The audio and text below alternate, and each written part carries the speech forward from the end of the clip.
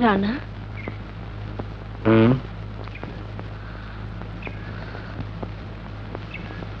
কাল তো আমরা চলে যাচ্ছি, তোমার খারাপ লাগবে না? হ্যাঁ, তোমার খারাপ লাগবে না? ঢাকায় গিয়ে কি করবে ঠিক করেছো? জানি না, তবে তোমাকে কাছে পাবো না এইটুকু জানি। আমাকে কাছে না পেলে তোমার খুব কষ্ট হবে না? বেশি দিন কষ্ট করতে হবে না। ঢাকায় গিয়ে তোমাকে আমাদের বাসায় নিয়ে যাব, আমার বাবার সঙ্গে পরিচয় করে দেবার জন্য। তোমার বাবা বুঝি খুব রাগী মানুষ? কেন? বারে ভয় করবে না? কিন্তু তার আগে আমি তোমাকে আমার মার কাছে নিয়ে যাব। আমার বুঝি ভয় করবে না? না না না, আমার মাকে দেখলে তুমি তোমার মাকে খুঁজে পাবে। আমার বাবাকে দেখলেও তোমার ঠিক তাই মনে হবে, আমার বাবা খুব ভালো মানুষ। এ তো আমার সৌভাগ্যের কথা মিস্টার চৌধুরী, আপনি প্রস্তাব নিয়ে এসেছেন। তাহলে কথা আমাদের পাকা হয়ে গেল, কি বলেন? চৌধুরী সাহেব, আপনার সঙ্গে এতগুলো বছর ব্যবসা করছি, আরিফ খন্দকারের কথার কোনোদিন নড়চড় হয়নি।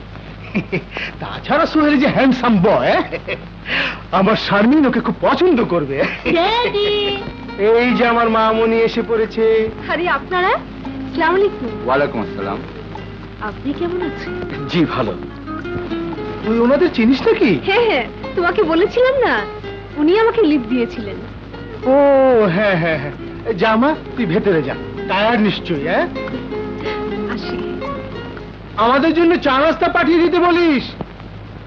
তাহলে এবার ভালো দেখে একটা দিন তারিখ ঠিক করে ফেলতে হয়, বিয়ের ব্যাপারে দেরি করাটা ঠিক হবে না, কি বলে?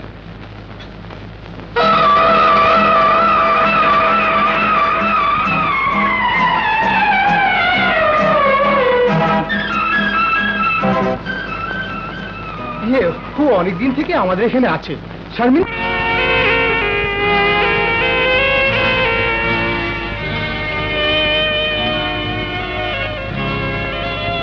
আরে কি হলো, মিষ্টি তুলে দাও।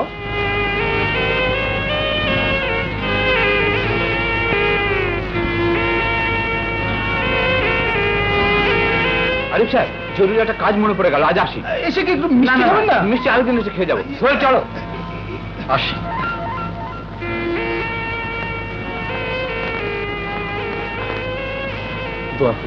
বেঁচে থাকো বাবা। ওকে, তাহলে আমি 2 দিনের মধ্যে আপনার সঙ্গে যোগাযোগ করবো। ঠিক আছে। কই সোহেল, এসো। আসসালামু আলাইকুম। ওয়ালাইকুম আসসালাম।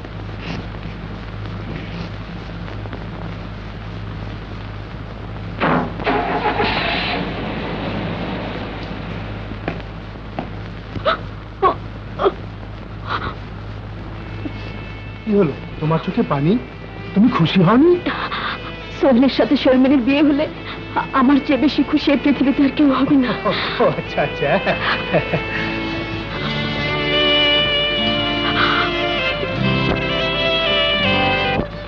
এই যুগে সবই সম্ভব।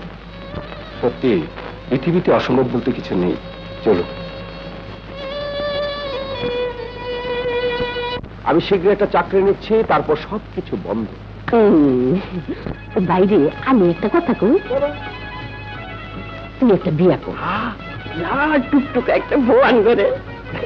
ঠিক বলেছ নানি, ঠিক বলেছ। আমিও তাই ভাবছি। তাই হবে নানি, তাই হবে। লাল টুকটুক একটা বউ এনে দেবো।